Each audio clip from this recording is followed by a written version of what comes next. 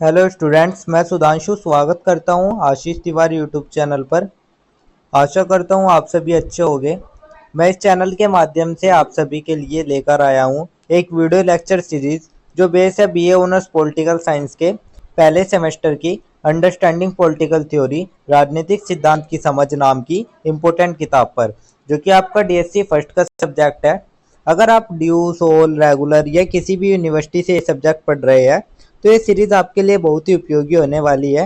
हर chapter को हम simple भाषा में समझेंगे, इंपॉर्टेंट कॉन्सेप्ट्स को ब्रेक डाउन करेंगे और एग्जाम पॉइंट ऑफ व्यू से भी डिस्कस करेंगे। तो स्टूडेंट, अगर आप DU, SOL, regular, NC web and other किसी के भी सब्जेक्ट को समझना चाहते हैं आसानी से, तो चैनल को सब्सक्राइब जरूर कर लीजिएगा, वीडियो को लाइक कर लीजिएगा और अपने दोस्तों के साथ शेयर करना ना भूलें। एंड सोल से रिलेटेड डेली अपडेट्स के लिए आप सभी हमारा व्हाट्सएप चैनल फॉलो कर लीजिएगा। तो चलिए शुरू करते हैं। मैं आपका स्वागत करता हूं बीए ऑनर्स पॉलिटिकल साइंस के पहले सेमेस्टर की अंडरस्टैंडिंग पॉलिटिकल थ्योरी सब्जेक्ट की फोर्थ यूनिट चैप्टर नंबर 5 के इस वीडियो लेक्चर में। इससे पहले की वीडियो में हमने इसकी फोर्थ यूनिट का चैप्टर नंबर 4 के इम्पोर्टेंट टॉपिक्स डिस्कस किए थे। तो आज हम एक बहुत ही आधुनिक लेकिन बेहद जटिल और क्रांतिकारी विचारधारा को समझेंगे, जो कि हमारे रहने वाली है उत्तर आधुनिकतावाद। तो आज हम उत्तर आधुनिकतावाद के बारे में, या जिसे हम पोस्ट मॉडर्निज्म भी कहते हैं, उसके बारे में इस यूनिट में पढ़ेंगे। तो यह आपका एक ऐसा दृष्टिकोण है जिसने सत्ता, ज्ञान और सच्चाई जैसी जो स्थानीय मायने जाने वाली जो चीजें हैं उसको गहराई से चुनौती दी है। तो इसमें हम आपका सबसे पहले एक छोटा सा परिचय देखेंगे। तो परिचय में हम देखेंगे उत्तर आधुनिकतावाद एक ऐसी विचारधारा है जो आधुनिकता की विचारधारा, वैज्ञानिकता, तर्कवाद और सार्वभौमिक सत्य के दावों को चुनौती देती है। यह विविधता, बहुलता, व्यक्तिगत अनुभव और स्थानीय संदर्भों को प्राथमिकता देती है। तो जो आधुनिकतावाद है, जो मॉडर्निज्म है, उसका दौर आपका 17वीं सदी से शुरू हुआ था। जो आपकी 17वीं सदी थी उससे आपका आधुनिकतावाद का जो दौर था वो शुरू हुआ था। यह विज्ञान, तर्क और सार्वभौमिक सच्चाई पर भी विश्वास करता था। लेकिन जैसे जैसे आपका समय बदलता रहा, जो आपकी 20वीं सदी के अंत आया, तो उसमें कुछ विचारकों ने सवाल उठाया कि क्या वाकई कोई एक सच्चाई होती है, क्या ज्ञान निष्पक्ष होता है और क्या वैज्ञानिक सोच ही सबसे बड़ा या सबसे सही तरीका होता है। तो जो उत्तर आधुनिकतावाद है वो इन्हीं सवालों से पैदा हुआ था। जो सवाल मैंने अभी आपको बताए, उन्हीं सवालों से उत्तर आधुनिकतावाद पैदा हुआ था। और ये कहता है कि जो उत्तर आधुनिकतावाद है वो कहता है कि कोई भी विचार अंतिम नहीं होता, हर चीज संदर्भ पर निर्भर करती है। तो ये हमने आपका उत्तर आधुनिकतावाद का एक छोटा सा परिचय देख लिया। परिचय देखने के बाद हम आपका देखेंगे उत्तर आधुनिकतावाद की परिभाषा। तो हम आपको उत्तर आधुनिकतावाद समझ लेते हैं, आखिर उत्तर आधुनिकतावाद होता क्या है उसको परिभाषित कर लेते हैं। तो उत्तर आधुनिकतावाद की कोई भी एक निश्चित परिभाषा नहीं होती है, क्योंकि वह उन सिद्धांतों का विरोध करता है जो एक सही या सार्वभौमिक सत्य की बात करते हैं। यह विचारधारा कहती है कि कोई भी ज्ञान पूर्ण नहीं है और हर विचार एक संदर्भ में ही समझा जा सकता है। तो जो उत्तर आधुनिकतावाद है वो एक प्रकार की आपकी ऐसी विचारधारा है, या एक प्रकार का ऐसा विचार है जो कि आपके आधुनिक युग के जो तर्कवाद, वैज्ञानिकता, सार्वभौमिकता और एक सत्य की धारणा को खारिज करता है, मतलब उसको गलत साबित करता है। तो ये कहता है कि हर ज्ञान संदर्भ आधारित होता है, कि कोई भी ज्ञान पूर्ण नहीं है, वो संदर्भ आधारित होता है और हर विचार सत्ता से जुड़ा होता है। साथ ही वो कहता है कि सत्य एक नहीं है, सत्य कहीं हो सकते हैं।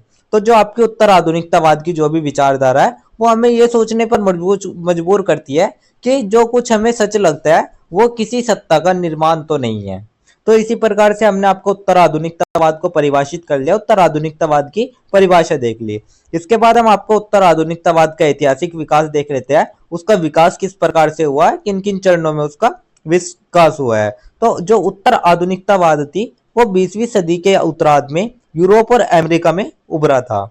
यह द्वितीय विश्व युद्ध के बाद अस्तित्व में आया, जब लोगों का आधुनिकता और विज्ञान पर विश्वास डगमगाया।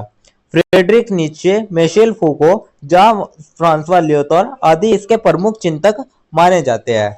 तो ऐतिहासिक विकास हम देखते हैं, जब हमारा उत्तर आधुनिकतावाद का उदय हुआ था, तो ये आपका उत्तर आधुनिकतावाद का उदय हमारा द्वितीय विश्व युद्ध के बाद हुआ था।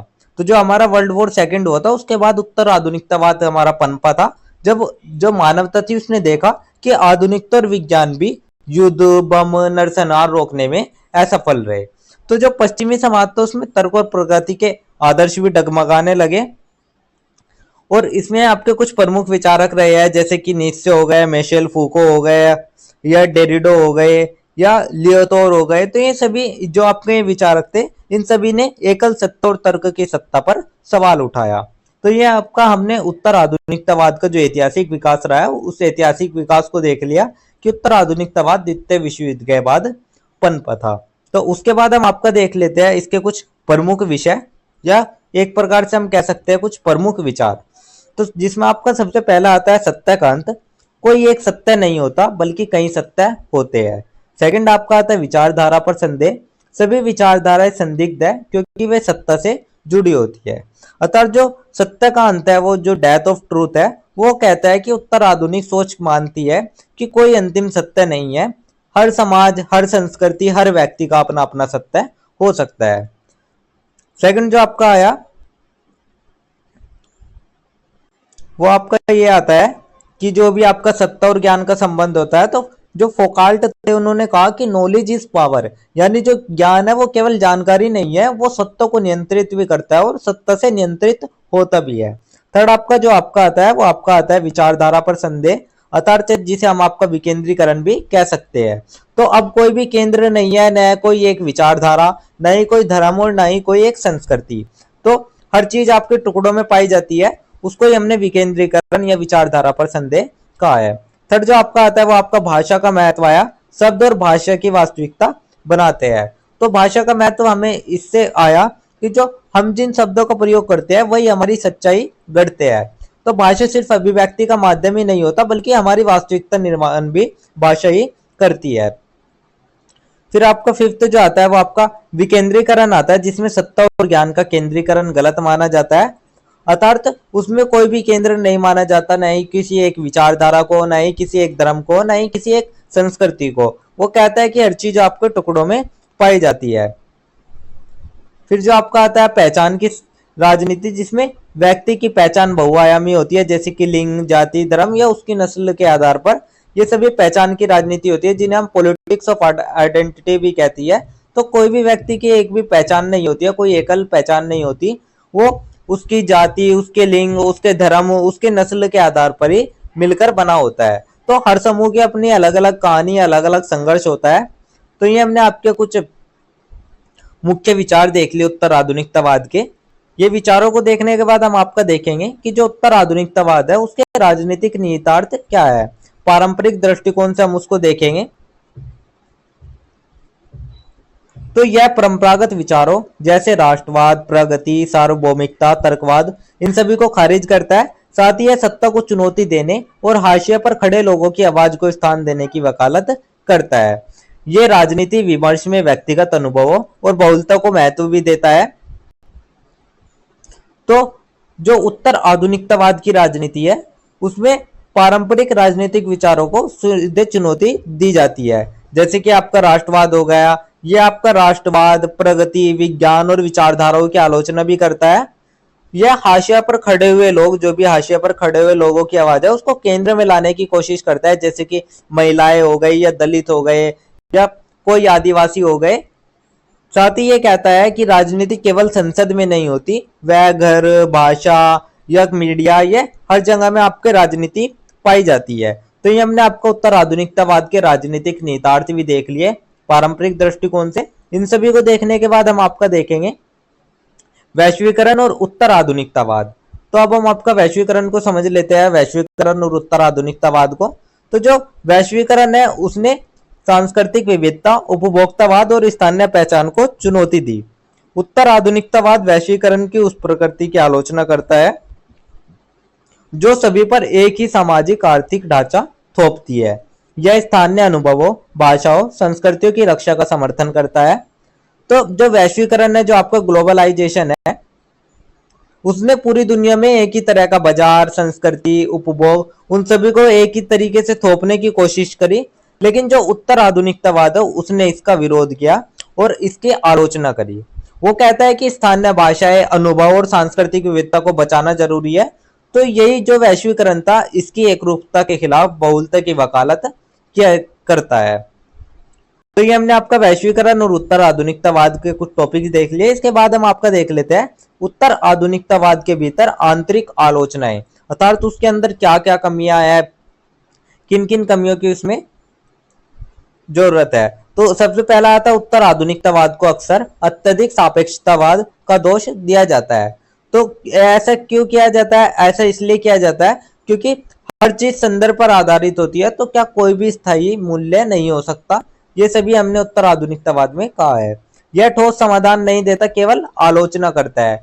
ये आपको कोई भी किसी भी तरह का कोई स्पष्ट या ठोस समाधान नहीं देता, यह केवल आलोचना करता है। यह नहीं बताता कि हमें क्या करना चाहिए, हमें उसका समाधान नहीं देता। थर्ड जो आता है वो आपका यह आता है, यह सामाजिक परिवर्तन की कोई स्पष्ट दिशा नहीं देता है, तो जिससे कि आपके जो क्रांतिकारी संघर्ष है उसकी उपेक्षा होती है। तो मार्क्सवादी और नारीवाद यही कहते हैं कि उत्तर आधुनिकतावाद सामूहिक संघर्ष और बदलाव की प्रेरणा नहीं देता है। तो ये हमने उत्तर आधुनिकतावाद के अंदर जो भी आलोचनाएं थी, जो भी कमियां थी, उन कमियों उन आलोचनाओं को देख लिया। इसके बाद हम उसके अन्य दृष्टिकोण से भी जो आलोचना है वो देख लेते हैं। जैसे कि मैंने अभी अभी बताया, जो आपका मार्क्सवाद है और नारीवाद है, उन दोनों ने यही कहा है कि उत्तर आधुनिकतावाद सामूहिक संघर्ष और बदलाव की प्रेरणा नहीं देता है। तो उत्तर आधुनिकतावाद वर्ग संघर्ष और शोषण जैसे मुद्दों को भुला देता है। यह विचारधारा वास्तविक बदलाव के लिए सामूहिक संघर्ष की प्रेरणा नहीं देती। तो मार्क्सवाद और नारीवाद ने भी इसकी आलोचना की है।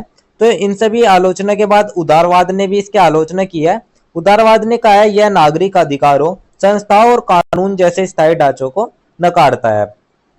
तो इन सभी आलोचनाओं को, इन सभी कमियों को देखने के बाद हम आपका एक छोटा सा निष्कर्ष देख लेते हैं, या एक प्रकार से आप कह सकते हैं जो हमारी भविष्य की दिशा है उन सभी दिशाओं को देख सकते हैं कि हमें आगे क्या करना चाहिए। तो इसमें उत्तर आधुनिकतावाद ने विचार, ज्ञान, संस्कृति को सत्ता के एक नए दृष्टिकोण से देखने की प्रेरणा दी। यह सिखाता है कि सत्ता हर जगह है, परिवार, स्कूल, भाषा और मीडिया में भी। भविष्य में दृष्टिकोण राजनीति को ज्यादा समावेशी, आलोचनात्मक और वित्तपूर्ण बना सकता है। तो जो उत्तर आधुनिकतावाद है वो आपकी किसी प्रकार की कोई एक विचारधारा नहीं है, बल्कि वो आपका एक दृष्टिकोण है जो हमें सवाल करना सिखाता है। यह हमें यह भी बताता है कि सच्चाई, सत्ता और ज्ञान को कोई नई नजर से देखो। तो आज की दुनिया में जहां आपका जो फेक न्यूज है, जो मीडिया कंट्रोल है और जो कल्चरल हेजीमनी जैसी जो बातें हैं वे आम बात हो गई है। तो इसमें जो उत्तर आधुनिकतावाद है, जो पोस्ट मॉडर्निज्म है, वो हमें सिखाता है कि हर चीज को जांचो, समझो, ब्लाइंडली एक्सेप्ट मत करो। तो हर चीज को उसने बताया कि हर चीज को हमें एक तरीके से जांच कर, समझ कर, ऐसी तभी उस पर विश्वास करना चाहिए। हमको उस पर अंधविश्वास नहीं करना चाहिए कि किसी ने हमें बता दिया तो हमने वही कर लिया। हमें उसको खुद जांचना चाहिए, खुद समझना चाहिए, उसके बाद ही उस पर विश्वास या उस चीज को करना चाहिए।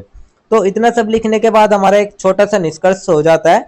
निष्कर्ष लिखने के बाद आप एक तरीके से हम आपको इस सारांश रूप में भी बता सकते हैं, जिसमें बिंदु संक्षेप में विवरण हो सकता है। तो उत्तर आधुनिकतावाद की कोई जो परिभाषा हम देखेंगे, तो परिभाषा में हम एक तरीके से ये कह सकते हैं कोई अंतिम सत्य नहीं होता, संदर्भ आधारित ज्ञान होता है। विकास इसका द्वितीय विश्व युद्ध के बाद हुआ, जब आपका यूरोप अमेरिका में सबसे पहले इसका उदय हुआ। विषय जो रहा इसका बहुलता का रहा, विकेंद्रीकरण का रहा और इसमें भाषा का महत्व रहा। राजनीति में यह आता है परंपरागत सत्ता को चुनौती देता है, साथ ही पहचान की राजनीति भी उत्पन्न करता है। तो वैश्वीकरण में देखते हैं, तो वैश्वीकरण में आपका ये रहता है स्थानीय विविधताओं की रक्षाओं की मांग करता है। आलोचना में जो हम इसकी आलोचना देखते हैं उसमें समाधान नहीं देता है, या अत्यधिक सापेक्ष होता है। निष्कर्ष में हम एक तरीके से यही कह सकते हैं विविध दृष्टिकोण की मान्यता, नए विमर्श की शुरुआत। तो इतना सब लिखने के बाद हमारी जो फिफ्थ, हमारी जो चैप्टर नंबर 5 था, जो हमारी यूनिट नंबर 4 का चैप्टर नंबर 5 था, उसको हमने कंप्लीट कर लिया है। तो ये थी आपका यूनिट 4 का चैप्टर नंबर 5, जिसके इंपॉर्टेंट टॉपिक्स मैंने आपको शॉर्ट्स में एक्सप्लेन कर दिए हैं। एंड अगर किसी स्टूडेंट के नोट्स चाहिए होंगे तो आप हमारे टेलीग्राम चैनल को ज्वाइन कर लीजिएगा, वहां आपको नोट्स मिल जाएंगे। एंड अगर किसी भी स्टूडेंट का कोई डाउट या क्वेरी होगा तो आप हमारे कमेंट सेक्शन में या इंस्टा पेज को फॉलो करके भी पूछ सकते हैं। डेली अपडेट्स के लिए आप सभी हमारा व्हाट्सएप चैनल ज्वाइन कर लीजिएगा। अगर आपको ये लेक्चर उपयोगी लगा तो वीडियो को लाइक कर लीजिएगा, चैनल को सब्सक्राइब कर लीजिएगा और अगले अध्याय के लिए तैयार रहिएगा, जहां हम आपका बात करेंगे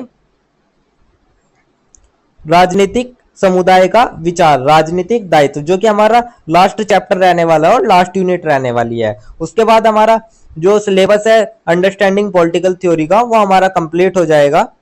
तो आप सभी का बहुत बहुत धन्यवाद। आपका दिन शुभ रहे।